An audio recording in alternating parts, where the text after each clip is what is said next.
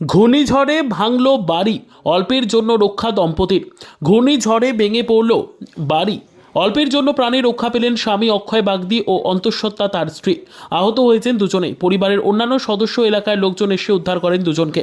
ঘটনাটি ঘটেছে দুবরাজপুর ব্লকের বালিজুড়ি গ্রাম পঞ্চায়েতের চণ্ডীপুর গ্রামে। গত দুদিন ধরে নিম্নচাপের বৃষ্টিপাত এবং আজ হঠাৎ ঘূর্ণিঝড়ে ভেঙে পড়ল মাটি দিয়ে তৈরি ইটের বাড়ি ও টিনের চালা। আমি অক্ষয় বাগদি। কালকে রাতে ওই ঝড় বৃষ্টির জন্য ওই ভোর 3:30 নাগাদ এত ঝড় এসেছিলো, সেই ঝড়ে বাড়িটা পড়ে যায়।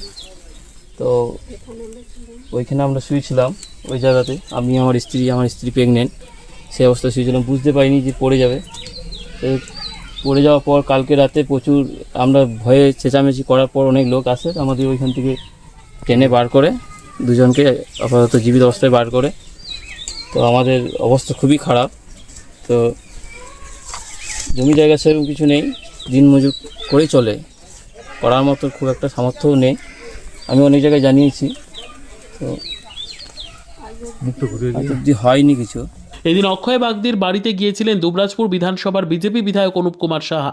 তিনি জানান, কয়েকদিন ধরে চলতে থাকা প্রাকৃতিক দুর্যোগের ফলে হঠাৎ ঝোড়ো হাওয়াতে অক্ষয় বাগদির ভগ্ন বাড়ির দেওয়াল পড়ে যায় এবং বাড়ির উপরের অংশ তাদের ওপর পড়ে যায়। ফলে অল্প আঘাত লাগে, অনেকেই ব্যবহার্য আসবাবপত্র নষ্ট হয়ে যায়।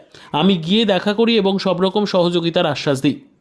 দুবরাজপুরের চণ্ডীপুরের অক্ষয় বাগদি নামে একজন ব্যক্তি গতকাল প্রাকৃতিক দুর্যোগে তার বাড়ি ভেঙে যায় এবং তার স্ত্রী ঘুমন্ত অবস্থায় তাদের উপরে সেই বাড়ির অংশ পড়ে এবং তাদেরকে কোনো ক্রমে গ্রামের লোক উদ্ধার করে এবং এখন তাদের মাথার ওপরে কোনো ছাদ বা আশ্রয় নেই।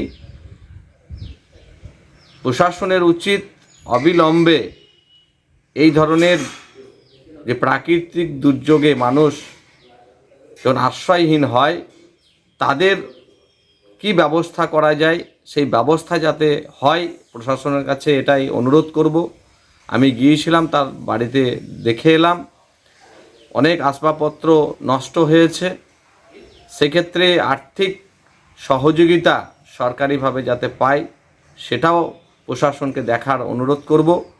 আমি তাদের সাথে আছি, পাশে আছি, সব রকমভাবে সহযোগিতায় আছি। এই কথা আমি অক্ষয়ের সাথে কথা হয়েছে এবং আমি গিয়েছিলাম এবং অতি শীঘ্র যাতে ব্যবস্থা হয়, প্রশাসনের কাছে এটাই অনুরোধ করব। কমফর্টেবল ম্যাট্রেস মানেই RRK ম্যাট্রেস।